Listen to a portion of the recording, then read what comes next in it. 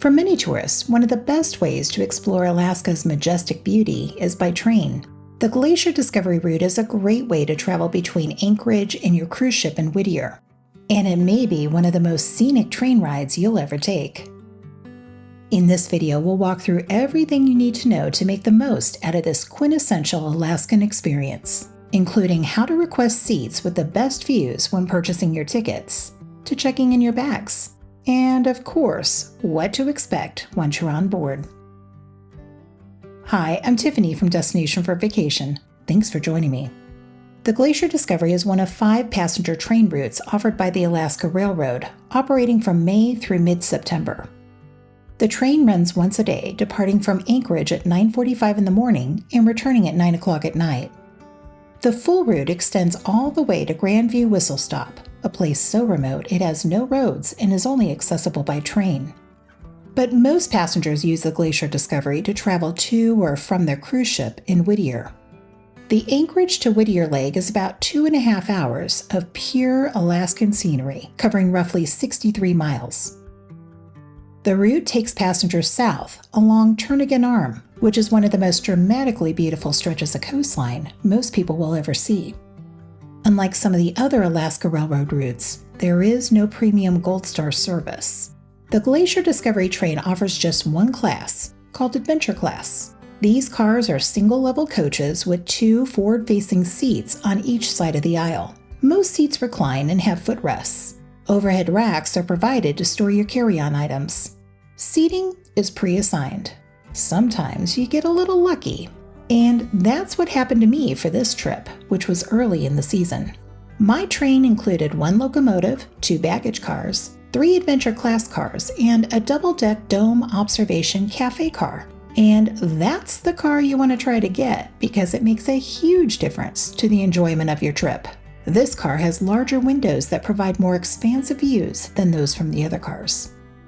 The bottom level serves as a dining car, which sells prepackaged sandwiches, snacks, and beverages, with tables nearby to enjoy them. Climb the stairs up and you'll be in the observation area, with the best views on board the train. Here, seating is arranged around tables, most with 2 seats on each side. I was traveling by myself and I was assigned to sit with a family of 3. For some people, this type of arrangement may feel a little uncomfortable, but people just seem to be a little more outgoing when they're in Alaska. And we were striking up a conversation in no time.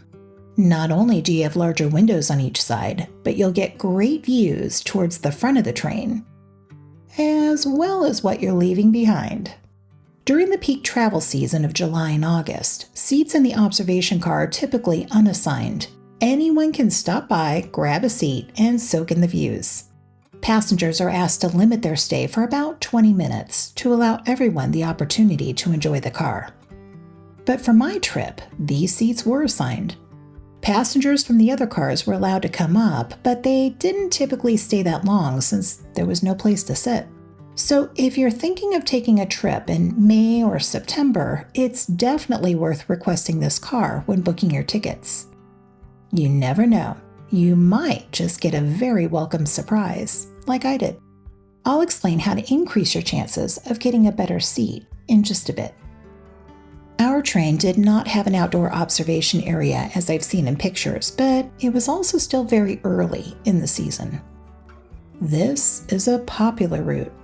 Tickets for some dates can sell out months in advance, so the earlier you book your tickets, the better, especially if you're traveling as a family or with a large group and want to be seated together. The easiest way to book tickets is online through the Alaska Railroad's official site, alaskarailroad.com. Tickets are priced per person and rates vary according to how far you want to go. For the 2026 season, the route between Anchorage and Whittier costs adults $119 per person for a one-way ticket, and tickets for children ages 2 through 11 are half price. Sorry parents, I don't know exactly when 12 became the new 18, but kids 12 on up are considered adults and are charged the full fare. The website's really easy to use. To find the current fares, select Ride a Train, scroll down to Fares, and then choose Glacier Discovery. Are you active or retired military? Then both you and your dependents are entitled to 20% off your fare, which is a huge savings. Just make sure to bring your military ID when you check in at the station. If you want to see if a particular date is getting close to selling out, select Ride a Train, scroll down to Availability Calendar, and then choose your train route, where you plan on departing from and traveling to. Remember, there's only one class of service on this train. The easiest way is to view a month at a time. If a date doesn't have a color, that means the Glacier Discovery Train isn't running that day. If it's in red, you're too late. All the seats for that date are already sold out. If it's in yellow, that means there are fewer than 15 seats left, so if you've been sitting on the fence, it's time to jump off and make a decision before those seats disappear. If the date's in blue, you're good, for now. Demand is much higher traveling from Anchorage to Whittier, but look at the availability for the Whittier to Anchorage leg. Wide open, and a less crowded car means a much more pleasant trip. So if you're taking a northbound cruise and are disembarking in Whittier, you can afford to wait a little longer to book your tickets. But if you plan on taking the train from Anchorage to start your cruise in Whittier, buy your tickets as soon as you can. There are lots of options for this train. You can purchase a round-trip ticket to any of the stops, spend some time exploring, and then reboard the train and return to Anchorage that night. Or if you're simply a fan of trains and fantastic views, you can book a round-trip ticket to Grandview, leaving Anchorage at 9:45, spending all day on the train, and then return to Anchorage at 9 o'clock at night. If you're interested in something like this, know that there's also an option to shave about 2.5 hours off your return trip by taking a bus transfer from Portage to Anchorage. If that sounds like a better route, make sure to select it when you book. You can't just decide on the fly. The train departs from the Anchorage Depot, which is located in downtown Anchorage. It's easy to get to, right in the heart of the city, within walkable distance from most downtown hotels. Built in 1942, the Anchorage Depot is an impressive building with a real sense of character. No long walks here. Taxis, Ubers, and buses can pull right up in front of the building. If you're driving yourself to the depot, paid parking is available in lots right across the street with rates of about $20 per day. The first thing you'll probably want to do is drop off your bags, and it couldn't be any easier. Each ticketed passenger may check in up to 2 pieces of luggage with a maximum weight of 50 pounds each at no additional charge, and carry 1 item onto the train. If you're outside facing the depot, just to the right of the building, you'll see a covered tent-like area. Wheel your bags over there and drop them off. That's it. Overweight or oversized items are charged $20 each. You can read more about the baggage policy by selecting Ride a Train and scrolling down to the baggage policy section. If you're on a cruise, simply attach the cruise line's luggage tags and they'll be delivered directly to your stateroom. No need to lug them off the train. The Alaska Railroad asks that passengers check in 1 full hour before departure. Boarding typically begins about 25 minutes before the train leaves. So after checking in your luggage, it's a good idea to head inside to the ticket counter. You'll pay for your tickets ahead of time when you book them online.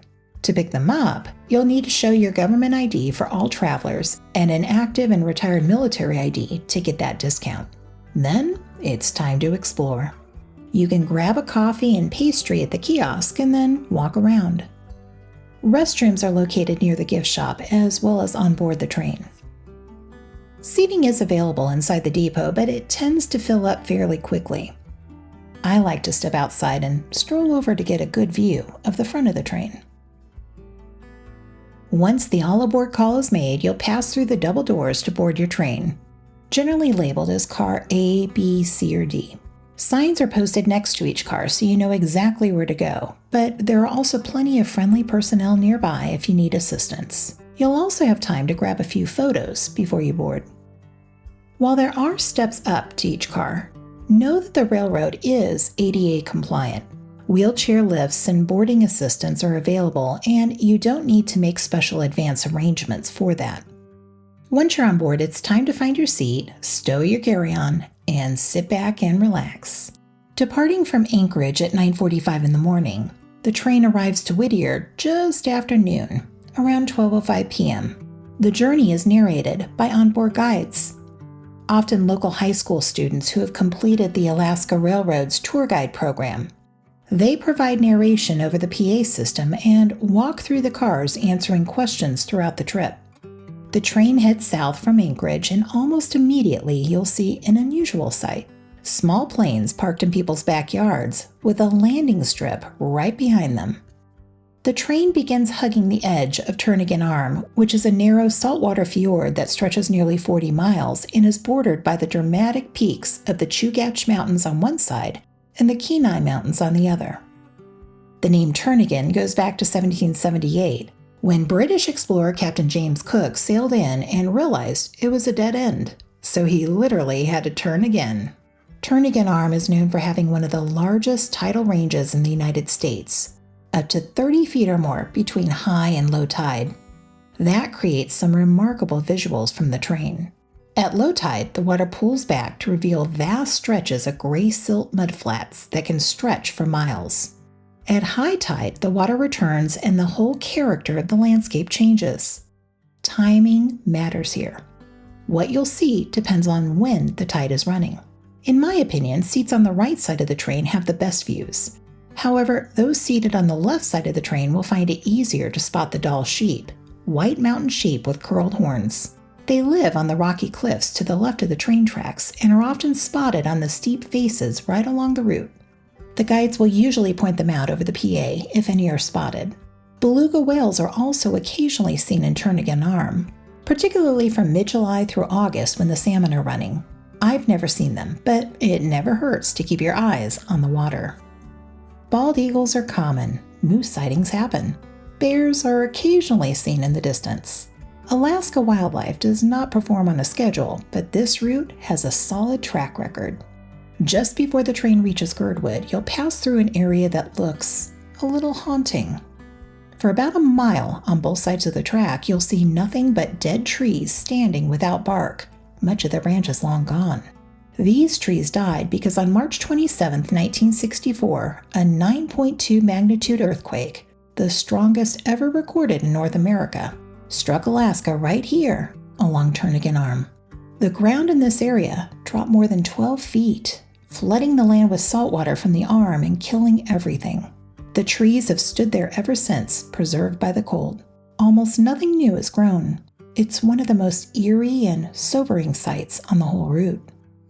Girdwood is the train's first official stop, a small resort town known for skiing, the Olieska Resort, dog sledding, and hiking. The stop is brief. You won't have time to get off and explore unless you're planning to spend time there. After Girdwood, the train continues toward Portage, and this is where the scenery shifts again. You'll start to see hanging glaciers clinging to the steep mountainsides above the valley. These are glaciers that spill partway down the mountain but never quite reach the valley floor. Then comes one of the great engineering moments of the trip, the Anton Anderson Memorial Tunnel. This is a 2.5-mile tunnel bored through Maynard Mountain. It's a shared tunnel, meaning cars, trucks, campers, and trains use it. They alternate one-way traffic in timed windows, and trains have priority. Cars and trains drive on the same surface, although not at the same time, with the tracks built right into the road. Unfortunately, your view of the tunnel from the train will look something like this, because of the interior lights of the train cars. But if you want to learn a little more about the tunnel and see what it's like to drive through it, I'll link Destination for Vacations video about the tunnel in the show notes below. It's an unforgettable drive. When you exit the tunnel on the other side of the mountain into Whittier, it feels like you're entering a whole new world. Whittier itself is a small, unusual town of only a few hundred permanent residents. Almost the entire population lives in one large building. The town is surrounded by mountains and sits right on the water at Prince William Sound. It's not a town you'd build a whole vacation around, but it is a fascinating place. And it's the gateway to one of the most spectacular bodies of water in Alaska. Most passengers on this train get off at this point because they're either continuing on a cruise or doing a day trip in Prince William Sound. The most popular option by far is the 26 Glacier Cruise offered by Phillips Cruises. You literally step off the train, walk across the street, and board the boat. The train and cruise company work together in conjunction, so if your train runs a little late, they'll hold the boat for train passengers. The cruise takes you out into Prince William Sound to see active tidewater glaciers, wildlife, and some of the most dramatic scenery Prince William Sound has to offer. If you're not continuing on a cruise ship and you want one standout experience in Whittier, this is it. And Destination for Vacation has a video all about it, which I'll also link in the show notes below. If you're getting ready to check in for your cruise, you couldn't have asked for a more convenient drop-off point. Simply exit the train, walk across the street, and enter the covered walkway that leads directly to the cruise terminal. It's a short, easy walk with no stairs. This is one of my favorite cruise terminals because check-in is quick, service is friendly, and there's even a little ambience.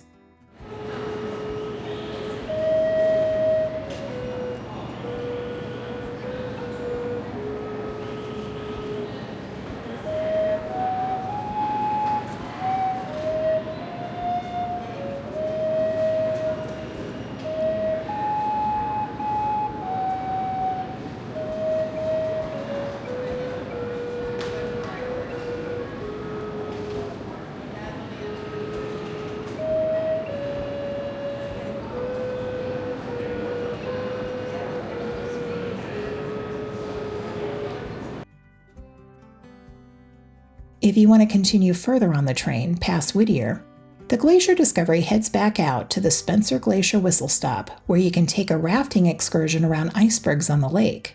Then the train continues to Grandview, which is a remote backcountry turnaround point with panoramic glacier and mountain views.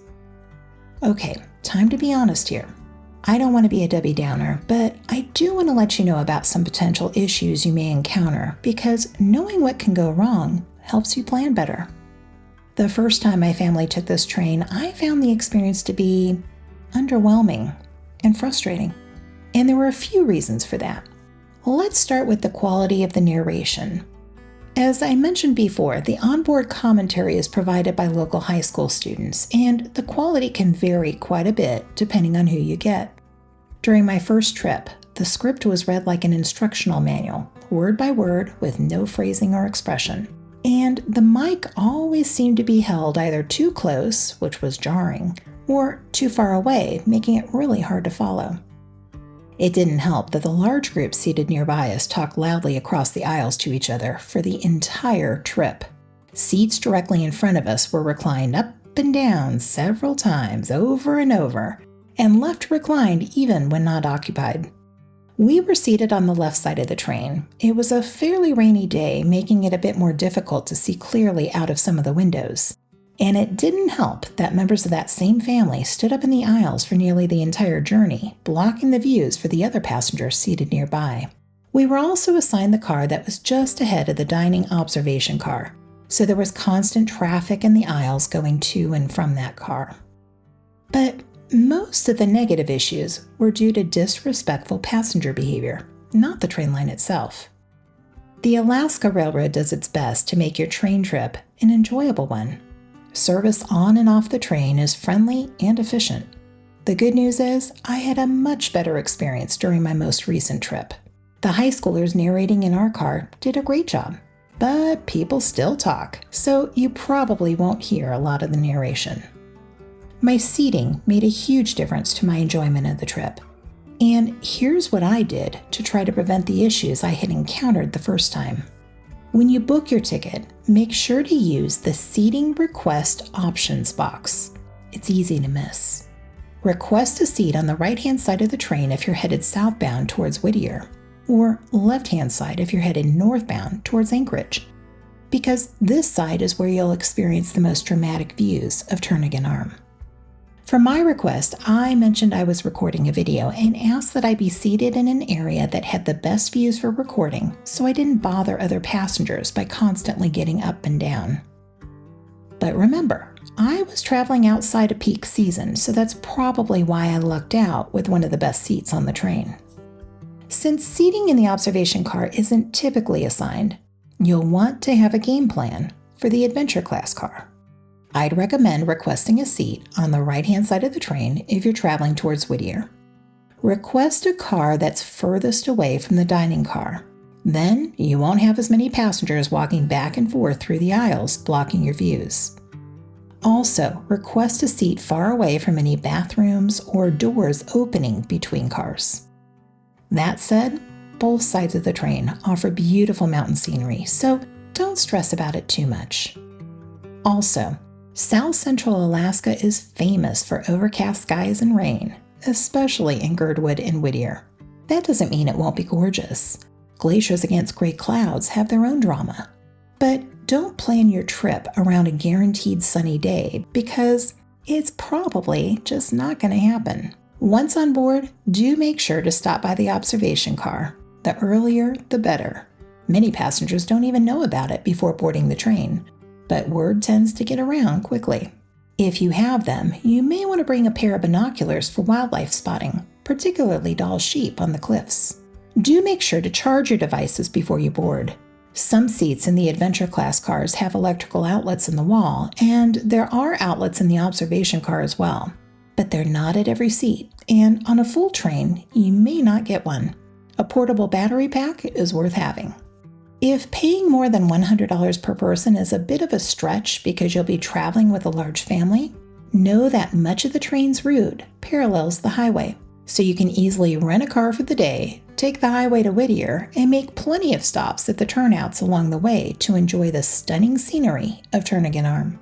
As a bonus, you'll also get much better views inside the Anton Anderson Tunnel. But there's nothing like a train. And the Glacier Discovery Train certainly fulfills its promise of showcasing spectacular scenery across every mile. It's worth adding to your list. Thanks for watching. I hope you can join me again soon in one of these videos. Until then, here's hoping your next adventure is just around the corner.